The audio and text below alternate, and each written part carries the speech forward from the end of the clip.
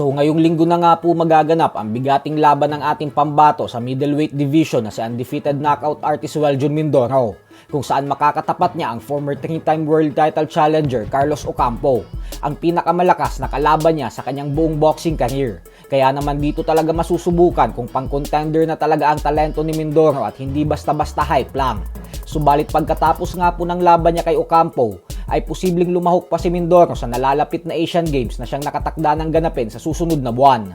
Ayon po kasi sa ABAP, ay dahil sa may nakatakdang laban si Yumir Marshall sa susunod na buwan, kaya posible umano na hindi na ito makasali pa sa Asian Games. Kaya naman nilagay daw nila ang pangalan ni Mindoro sa listahan ng mga members ng Philippine National Boxing Team upang gawing backup para kay Marshall. Kung hindi umano makasali si Marshall sa Asian Games, ay si Mindoro ang papalit nila sa pwesto nito. Kaya panibagong pagkakataon din ito para kay Mindoro na irepresenta ang Pilipinas matapos makasungkit ng bronze medal sa Southeast Asian Games sa Thailand nitong nakalipas na taon lamang.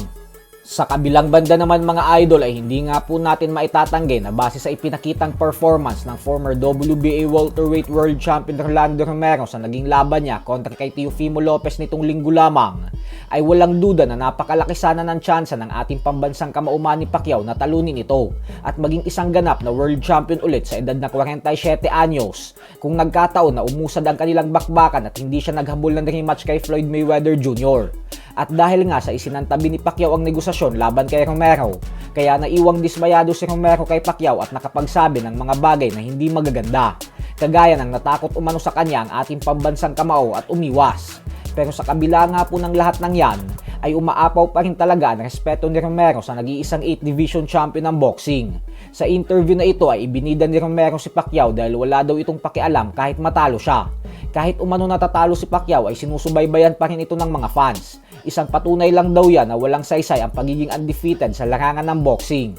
Bukod dyan ay sinabi din ni Romero na kailangan niya ang pangalan ni Pacquiao para sa kanyang legasiya. Still Rolly Pacquiao. How many losses Pacquiao had? Oh, that's another thing, bro. Pacquiao another one that don't give about losses, and everyone keep tuning in for him, right? Bro, all that undefeated, that don't mean shit if you're not fighting nobody. Nobody gives a fuck about you. Would I be more remembered for fighting Jerome Ennis or Brian Norman, or for beating Manny Pacquiao? What would I be remembered more for? Samantala, tila pumaldo naman nga po si Manong Driver dahil napagtripan kahapon ni Pacquiao na huwag gamitin ang kanyang sasakyan papuntang opisina at bagko sumakay sa rideshare service. At dito ay imbis na 110 pesos lang ang babayaran niyang pamasahe, ay binayaran niya ang driver ng $1,000 o mahigit 61,000 pesos. Kaya naman lubos ang pasasalamat ni Manong Driver kay Pacquiao. Wow! Congratulations! 10,000 Boundary. Kuya, ano masasabi mo, kuya? Kuya, Nervous po ako until now. It's a mixed emotions po. Gusto ko pong maiyak na natutuwa po ako. okay.